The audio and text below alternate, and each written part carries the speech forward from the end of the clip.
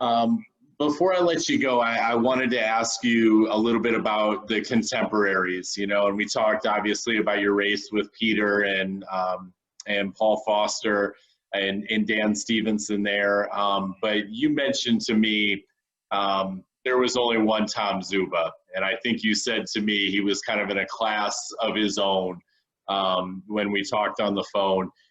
Can you describe kind of Tom's, what made him unique and your observations of him at that time? He was a model good sport. I mean, he would win everything, and well, not quite everything. I beat him a few times in the sprints. He couldn't sprint that well, but I mean, he was a model good sport and just an excellent swimmer. I could tell you a story. In fact, if you have a moment, I will. About I think it was his sophomore year. It was sophomore year.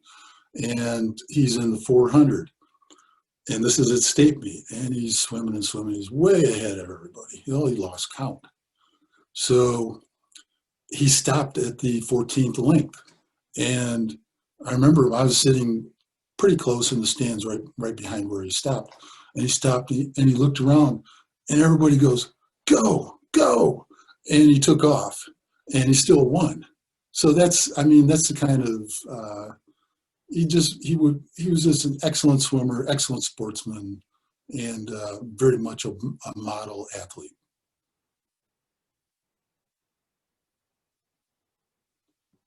I'm sorry, I'm looking at those results right now, and you see here, he was 8 seconds ahead of the field at the 300 that year. So you can imagine, I mean, he's swimming 3 seconds 100 faster than everyone else in the race, and he still won the race by 9 seconds. So despite stopping at the 50 with 50 yards to go, his last 100 was still faster than anybody else in the field, which is a testament to everything I think you shared. And I hope I didn't embarrass him with that story.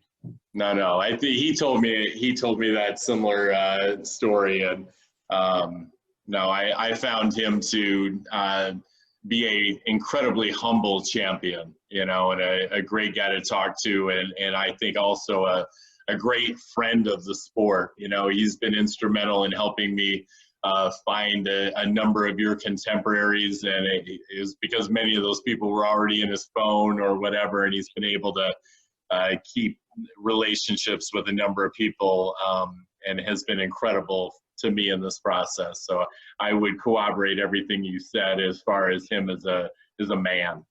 Okay, drop me a line about what Szuba had to say, by the way. You didn't mention that. So I'll clip it off.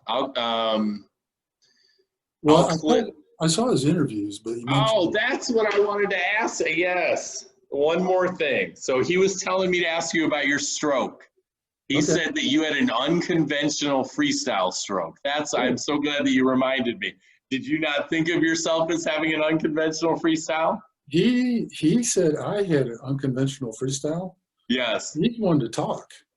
I mean, he had now this is good. See, I should clip this off, and I'll send a little three-way email so he can see this right here. Sure. He had that long loping stroke that never changed, whether it was a 50 or a 400. It was just a long loping stroke. I don't know what he means by unconventional with me. I'll dig in on it. He said just ask him about his unconventional freestyle. That's got to be a joke. I studied Doc Councilman's book too fairly well, and I was doing it by the book and doing it how Wick and Hike said to do it. So whatever he's thinking.